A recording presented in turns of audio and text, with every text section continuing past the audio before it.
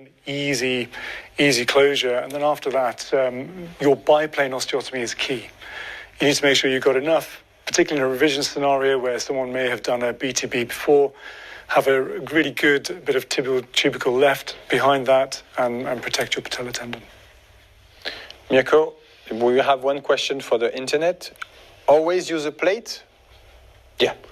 In infratuberosity, there is no option, no, if you want my opinion. I think there's no option. In supra, the staples are enough. 2 compression staples. Okay. They keep out of your way of your ACL tunnels. If you have this X-ray, so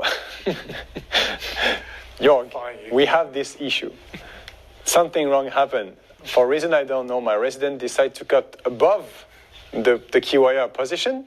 I just turned my head and in a second, it cut into pieces the proximal plateau. If the real thing is it's a cadaver session training for resident, don't worry. But what will you do if you have this hinge fracture, which, as you said, is almost impossible to obtain? What will you do?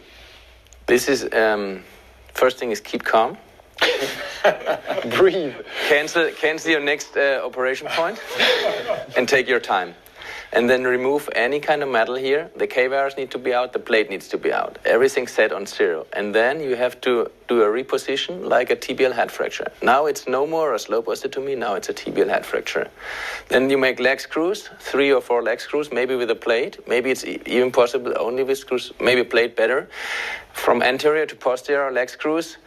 And then you get a how in German say, water-resistant reposition. I don't know if this exists in English language. And you get a good reposition, and then the tibial fracture needs to heal. And then second step is you do the slope osteotomy, or if the patient a little bit loses his trust in your hospital, then you send him to some good friend to do the slope afterwards.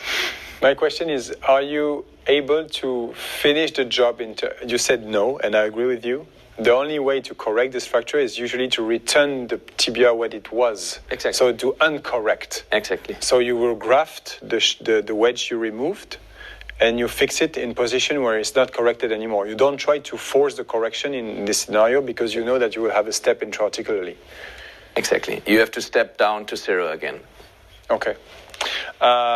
Post-op specificities. This one is a big fight between Rags and Mirco, let's say, because we don't have the same post-ops in infratubercle and supratubercle. So what is your classics?